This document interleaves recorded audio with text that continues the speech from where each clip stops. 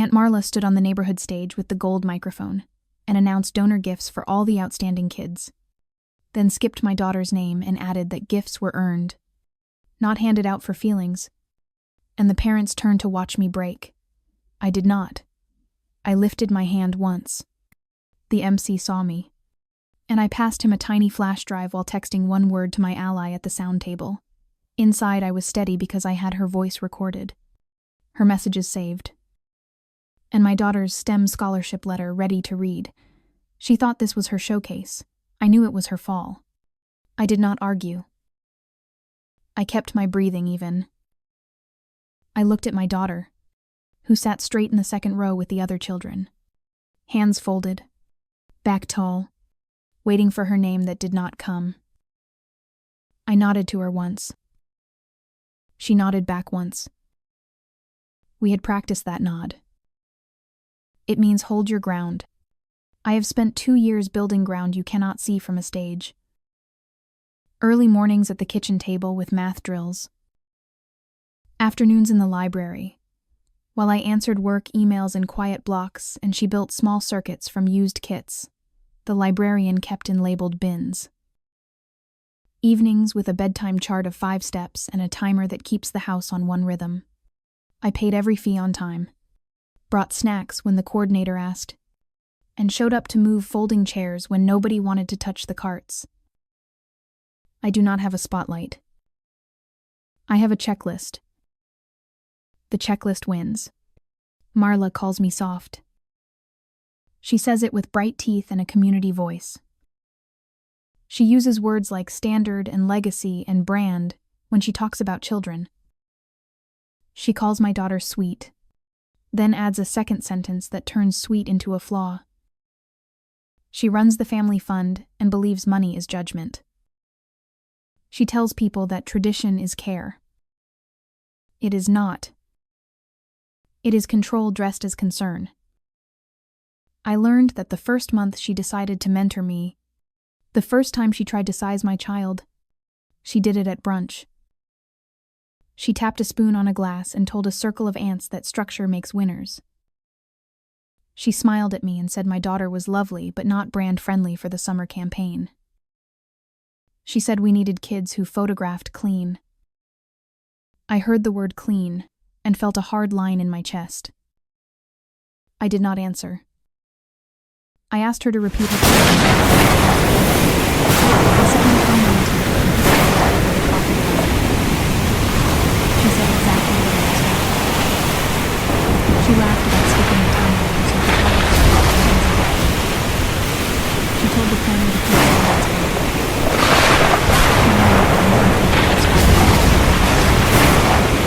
The reporter felt crazy in my mouth. I labeled the file and was after brunch, I went home,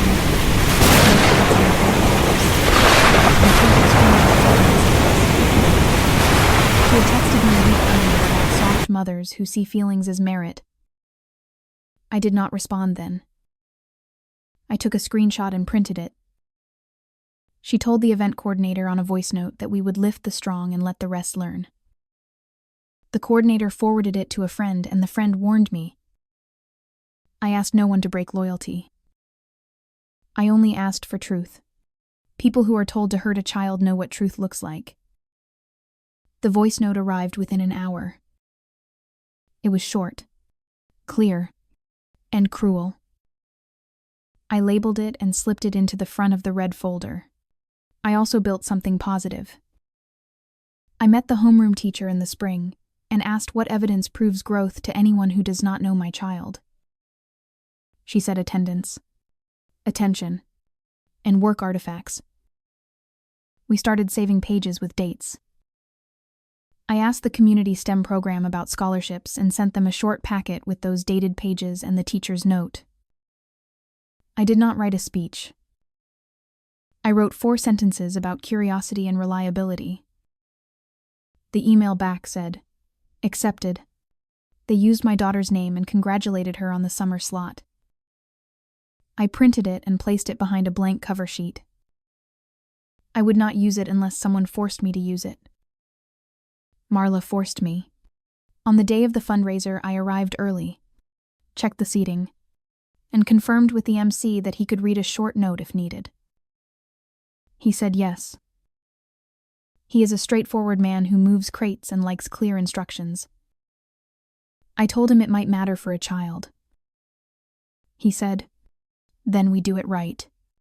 Marla began the program with her usual smile. She thanked major donors with long pauses for applause. She called several children by name and handed them tote bags with shiny kits. She looked past my daughter when the row reached our section. She added a sentence about merit and standards. She said some kids would learn why today mattered and why we must raise norms. I heard a few claps, then fewer, then only her voice. She wanted me to make a scene so she could prove her point about feelings. I do not give scenes. I give paper. I lifted my hand and caught the MC's eye. He stepped down the stairs. I placed the flash drive in his palm. He walked to the laptop and nodded to the sound tech. I texted now to my ally. The screen above the stage showed the program logo. Then it showed a simple title card, Community Update. No drama font. No music.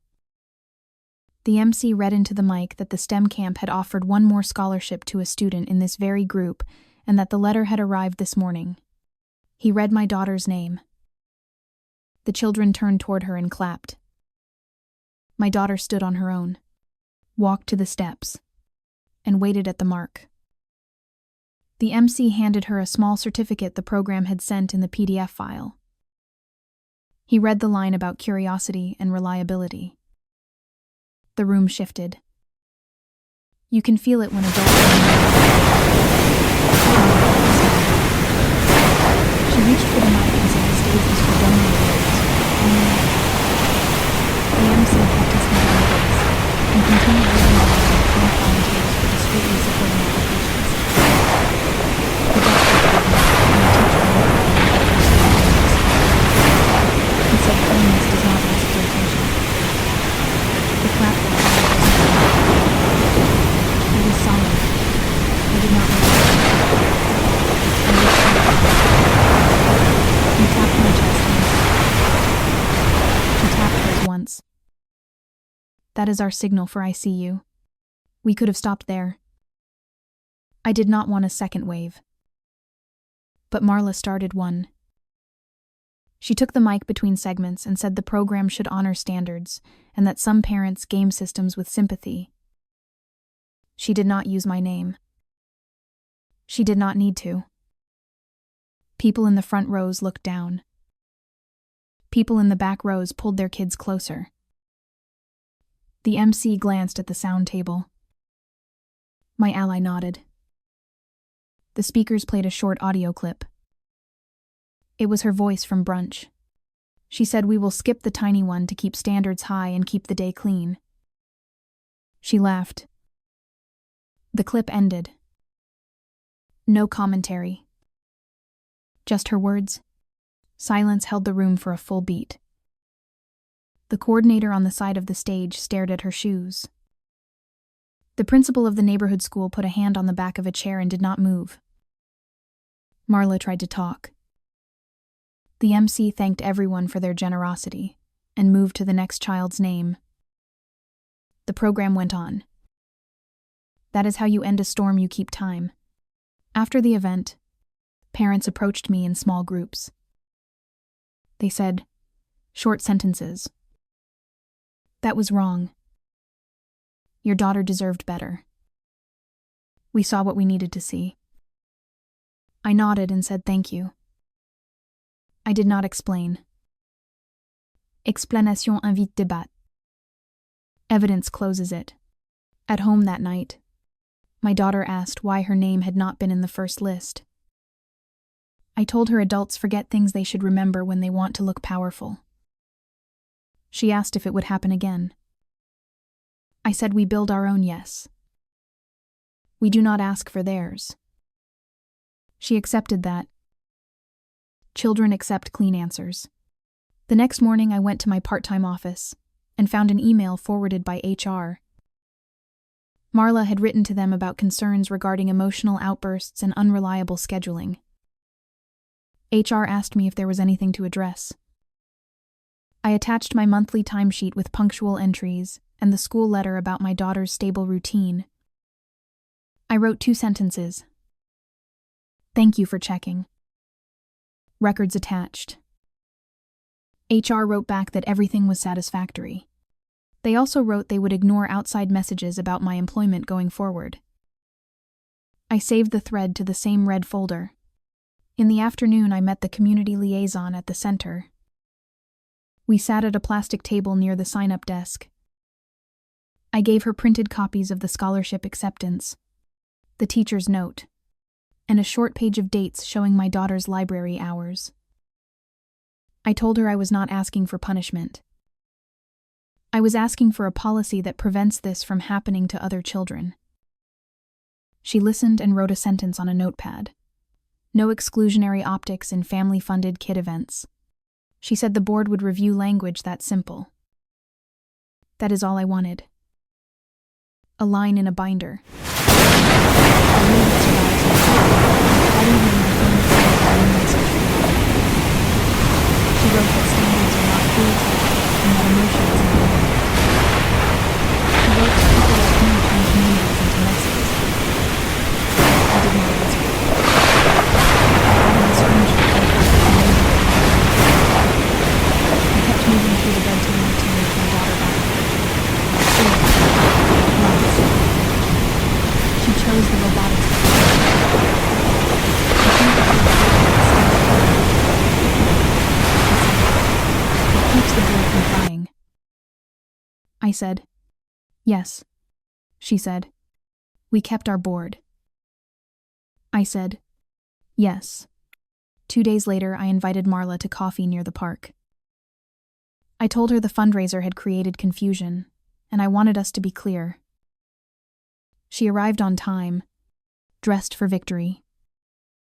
I placed my phone on the table and pressed record before she sat. I asked her to explain the selection process in simple terms. She said the quiet parts again. She said donors want a certain look, and a messy message hurts fundraising. She said children who cry on stage make sponsors nervous. I asked her to repeat that last line. She did. The recorder caught it clean. She thought she was teaching me to accept rules. She was teaching a judge-free audience to hear the truth. I did not threaten her. I did not warn her.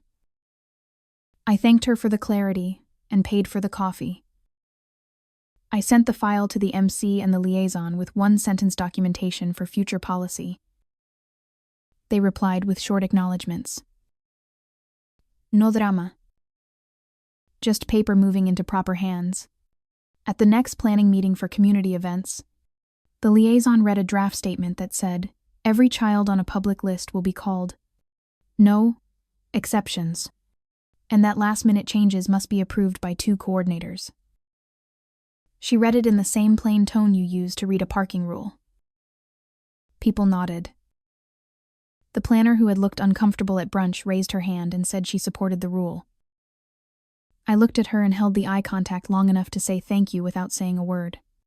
Marla tried to counter with a smile and a line about excellence.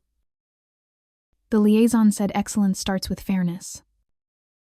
The group moved to the next agenda item. I wrote the date in my notebook. A wall had been built in 5 minutes, brick by brick, with words anyone could understand. That night, I opened the red folder and checked my index.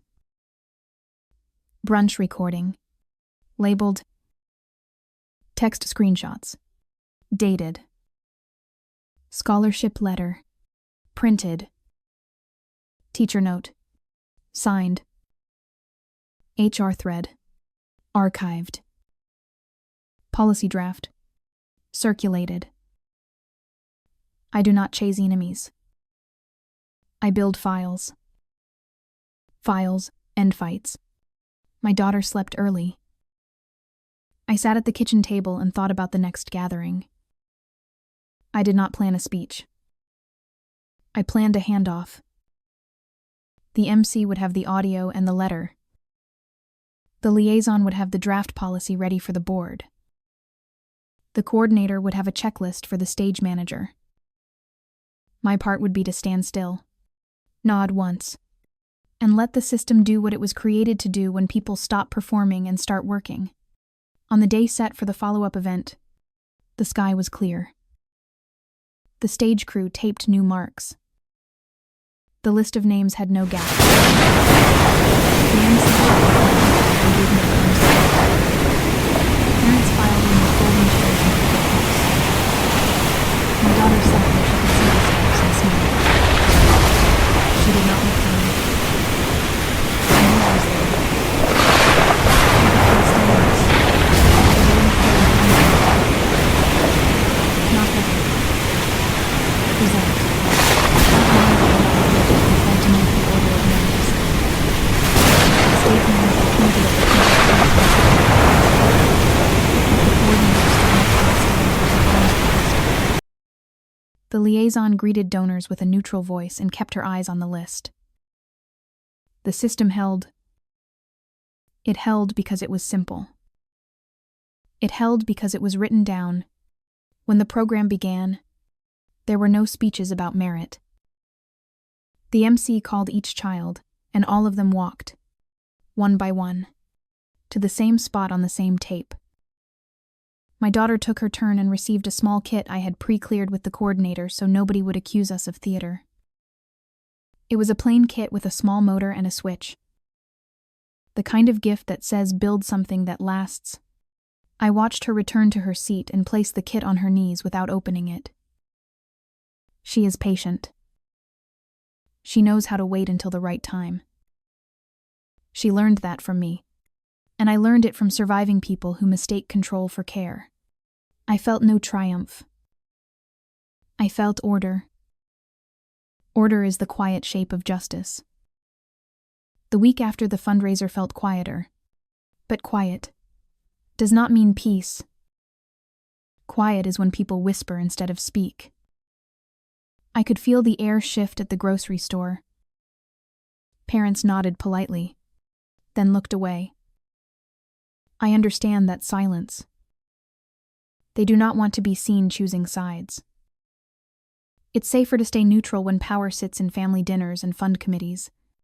At home, my daughter asked if she could keep the small motor kit on her nightstand. I said yes. She said she liked the sound of it, even when it was off. She said it reminded her of movement. I told her, movement is a promise. It means something will continue. 2 days later, Marla tried to continue her narrative. She sent a message to the community group chat, saying the event had unfortunate technical issues and that some materials were shared out of context. I read the message and said nothing. The coordinator replied with a single thumbs-up emoji. Nobody else responded.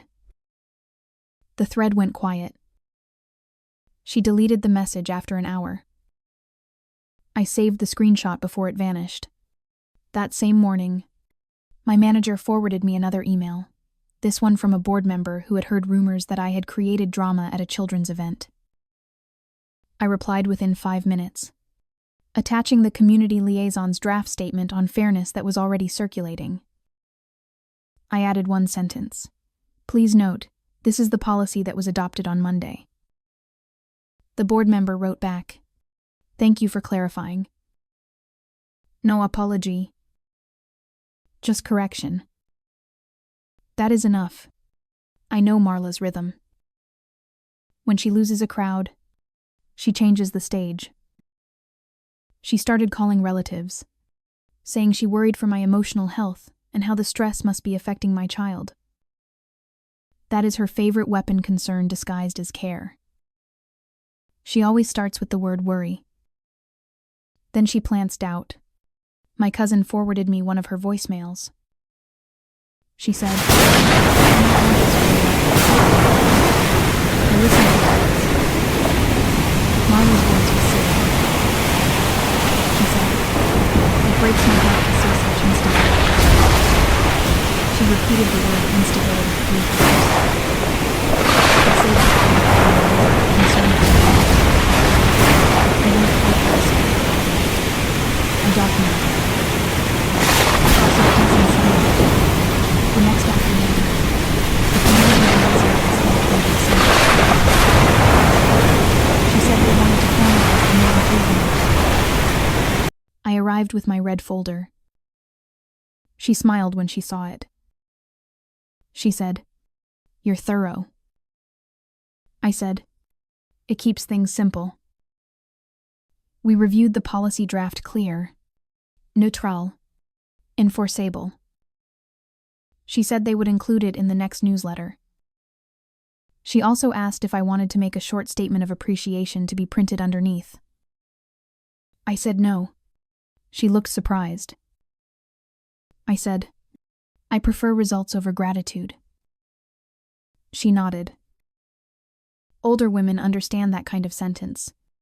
When I returned home, my daughter was at the dining table working on her kit. The motor hummed softly. She said she was testing how to make it run longer without overheating. I told her that was called efficiency. She said, "Like you." I smiled. Efficiency isn't emotionless. It's protection shaped like order. That night, my phone vibrated again. Another text from Marla family isn't paperwork. I looked at the line for a long time. Then I typed back, "Agreed." Which is why I keep receipts. I did not send it. I deleted the draft. Silence works better than wit. The following morning, Marla escalated. She called the event coordinator, the same woman who had sent me the voice note, and demanded she release a public apology on the group page. The coordinator refused. Marla threatened to review her position. The coordinator recorded the call. Then she forwarded it to me. Marla had forgotten to ask if the call was private. It wasn't. I labeled the file, "Coercion Attempt." At noon, Marla sent an email to the family group thread, claiming she would step down temporarily to focus on health. She added a note about ungrateful participants and false narratives. I read it 3 times. Each line sounded like a brick closing her own tomb. I did not respond. Several relatives replied with vague support, saying, "Take care or rest well." Nobody defended her. The room had changed. I spent the evening organizing files. Each labeled tab was clean. Brunch recording. Text screenshots. HR thread. Policy draft. Concern voicemail. Coercion attempt. I scanned them all to a flash drive labeled Marla Archive and stored it in a safety envelope. I will not need it often, but having it means freedom. When you hold proof, you don't need to shout. A week later, the liaison invited me to speak to a smaller committee about the new rules. She said, "You don't need to name anyone. Just explain the purpose." I said yes. I walked in the no help. I started with one rule. Every child should feel their need. The roommates did. I told them the rest, the importance of transparency, how small omissions have impact, how parents notice signs louder than others. I put present in. People listened. When I finished, I overwhelmed what I said. We should have written this years ago. Building is on Marla tried to rebuild her influence through a new and local philanthropy. She organized a separate private event, claiming it was for advanced students. She sent invitations through a closed mailing list, but people forwarded them to the committee. The liaison asked her to submit her list for review. She refused. They suspended her fund access until she complied. She wrote an angry post on her personal page about bureaucrats killing initiative. Comments were polite at first, then faded. I didn't comment. I saved a screenshot. My daughter finished her first small robot that weekend. It walked unevenly across the kitchen table, tiny legs clattering. She clapped once. I told her to test the balance point. She adjusted the wires and tried again. The robot steadied itself. She laughed. The sound was clean, without worry. I thought about all the time Marla spent chasing status while a child built something real from spare parts. That Sunday, my manager called to confirm that my hours would be increased to full-time, starting next quarter. She said, "Your reliability makes scheduling easy." That word again. Reliable. The one Marla used as an insult turned into currency. I said thank you, and wrote the note in my calendar. Then I added a small star next to it. Small wins build walls. In the evening, I walked past the community board outside the library. They had posted the final version of the new inclusion rule. My daughter's name was on the list of scholarship recipients, printed clearly under the STEM section. Someone had added a photo of all the kids together smiling, holding their kits. No one was missing. I stood there for a minute, long enough to see 3 parents stop, read, and nod. That is how change looks, not applause. Just nods. When I got home, there was another envelope in the mail. Marla had sent it by hand. Inside was a folded letter with no greeting. It said, "You think you won? But reputation fades." I read it once and placed it in the back of the red folder under a new tab labeled Aftermath. I will not respond. Some endings deserve silence. That night, I sat at my desk and wrote a new list of goals. It was finish the extra work project, file the committee paperwork, plan next month's science fair. At the bottom, I added a personal line, keep the engine running. It meant more than work. It meant keep moving, keep documenting, keep steady. In bed, I listened to the faint hum of the little motor from my daughter's nightstand. It was still running. A small sound, constant, patient, proof that quiet can mean progress. Marla always believed no one could outmaneuver her because she built every room she walked into. But she never realized that walls make them bigger and simpler. The week after her temporary step down, she started playing smaller circles, weekends. One required a cousin with money, and whispered that she'd been called. People called out in the secrets of I didn't ask. And something that was clear was wrong. I watched, documented, waited. I waited until the 2 mornings later, the liaison texted me. "Coffee. I think you'll want to see something." At the cafe, she showed me a printed post from Marla's private group. Marla had written, "They twisted my words." The recording was edited. She attached an image of the policy draft cropped to hide her own signature in the corner. The liaison smiled thinly. She uploaded proof that the draft is hers. "We have the original PDF metadata." I nodded. One more layer added itself to the record. That night, I planned the final step. Simple, public, and irreversible. I invited Marla for a brief clarification meeting with the event committee. She accepted immediately. Her arrogance demanded an audience. I prepared a short agenda with 3 bullet points: event standards, community trust, next steps. Beneath it, I left a line for remarks. I placed a voice recorder under the table, pressed record before she arrived. She walked in wearing bright pearl earrings, confidence restored. She started talking before sitting. "Let's end this nonsense," she said. "We all know you twisted context." My words were about presentation, not exclusion. I looked at her calmly. "Then you'll have no problem explaining that on record." She blinked, confused. On record, the liaison pressed the tablet button. The meeting was live streaming to the internal community page private group, 40 members, including the same parents she'd been calling. For 10 minutes, she talked herself into a corner.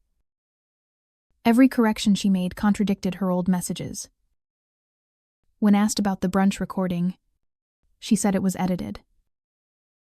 The liaison played the unedited one, straight from the metadata file. Same laughter. Same words. Marla's face froze halfway through the sentence. We'll skip the tiny one. Silence again, the familiar kind. Then came her meltdown. She slammed her palm on the table. "You're all ungrateful," she pointed at me. "You set me up. I didn't move." I said, "You pressed send. You pressed record. You pressed post. I only pressed play."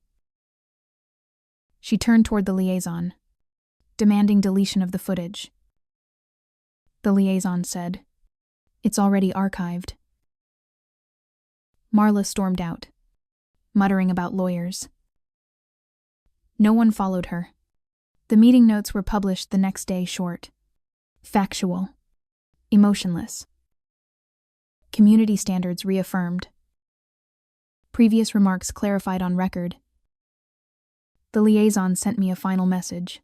"It's done. You can rest." End of 6.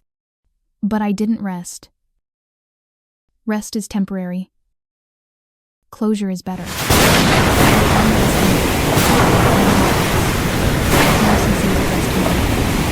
You built music.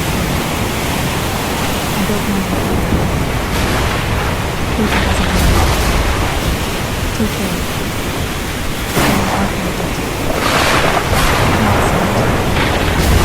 Documentation is not regular. It's insurance. The following weekend, the community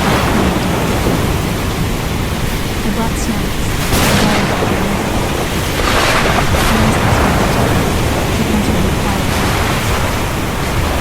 One mother said, "She's brilliant." I said, "She's consistent." They laughed. My daughter powered the motor, and the robot walked steady lines across the picnic table. Everyone clapped. Halfway through the day, Marla arrived. No microphone. No entourage. She approached slowly, holding a box of cookies. I could see the tremor in her hand. She looked smaller without her stage. She set the box on the snack table and said, "For the kids?" Her voice cracked on kids. Then she walked away. No one stopped her. No one mocked her either. Justice doesn't always require humiliation. Sometimes absence is enough. When we got home, I updated the red folder one last time. I added a final label, resolution. Inside, I placed the printed policy, the meeting notes, and the photo from the park. I closed it, sealed it, and stored it in the cabinet behind my tax returns, right where order belongs. Before bed, my daughter asked, "Is it over?" I said, "Yes." She asked, "Did we win?" I said, "We told the truth." The truth did the rest. She nodded, turned off her lamp, and the room went quiet except for the faint click of the motor in her little robot. Constant, even, steady like justice, humming after noise ends. The following month, the community center announced its annual celebration, a small fair with food stalls, awards, and a closing ceremony. I didn't plan to attend, but the liaison called me personally. She said, "We'd like you to present the scholarship certificates this year." I asked why me. She said, "Because you did the work that fixed the system." I thought about it for a moment. Then I said yes. When I arrived, the same hall felt different. No stage lights. No hierarchy. The chairs were arranged in a circle. Children's names printed in equal font on white cards.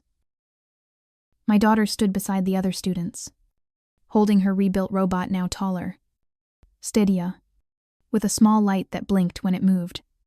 The MC smiled and handed me a list. "You'll call the names," he said. "All of them." I nodded. As I read each name, parents clapped evenly. No special pauses.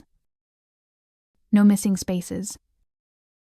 When I reached my daughter's name, she walked up, received her certificate, and bowed slightly before returning to her seat. No spotlight. Just fairness, quiet and complete. Halfway through the event, a familiar figure appeared at the back. Marla. She had cut her hair short, wore no jewelry, and carried a plain folder. She waited until the applause faded, then walked forward. The room stiffened. I asked for a moment. She said softly, "I need to correct the record." The liaison glanced at me. I gave a small nod. Marla stepped to the mic. Her voice shook. "I made mistakes. I confused standards with status. I forgot what community means." No one interrupted. She opened the folder and held up a letter. "I've resigned from all fund positions. The resources will go directly to the community board." She turned toward me. "And I'm sorry for what I said, for what I tried to do." I looked at her. I didn't smile.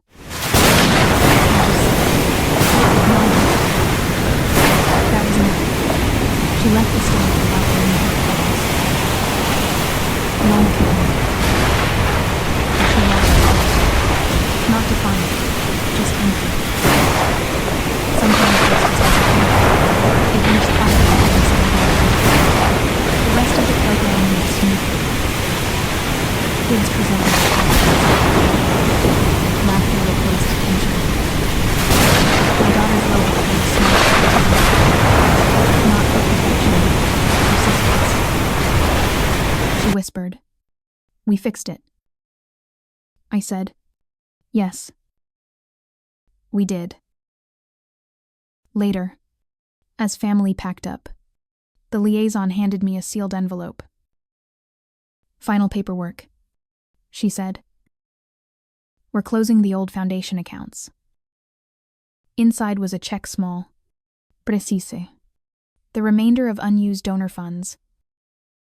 She said, "Use it for something meaningful."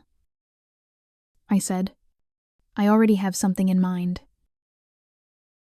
That night, my daughter and I went to the hardware store. We bought a bigger motor, 2 new sensors, and a small frame. She wanted to build a robot that could walk smoother over uneven ground. She said, "So it doesn't stumble where the floor is cracked." I told her that's exactly how fairness should move steady even when the ground isn't. At home, she soldered the pieces while I filed the last paper into the red folder. I labeled it closure. Inside were all the previous tabs: brunch recording, policy, resolution, and now the final statement from Marla. I locked the cabinet. For the first time, the red folder looked complete. A week later, the liaison invited me for coffee. She said, "We're renaming the scholarship next year. We'd like your permission to call it the Integrity Award." I asked if my name would appear. She said, "No.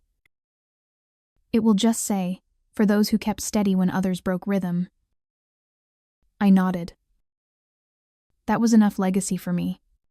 In the evenings now, I walk by the community board. New photos replace the old ones, children smiling, parents talking. No one remembers the argument. That's how healing works. It replaces noise with routine. At home, the little robot sits by the window. Its light blinks once every minute, keeping rhythm with the clock. My daughter says it helps her think. I say it helps me breathe. Sometimes I take out the old audio clip. Not to relive it, but to remember the sound of arrogance collapsing under its own echo. Marla's laughter cut off mid-sentence. Proof that pride falls faster than paper burns. I press stop. Silence again. Peace this time. Not the kind built from fear, but from structure. Soft structure. The kind that endures. Care is steady. Control is noise. And when the room feels quiet now, it means peace, not whispers. YouTube-style call to action emotional closure. If this story moved you about truth, quiet strength, and the justice that doesn't need applause, please, like, share, and subscribe for more real-life inspired dramas of karma, courage, and redemption. Your support keeps stories like this alive, stories where calm winds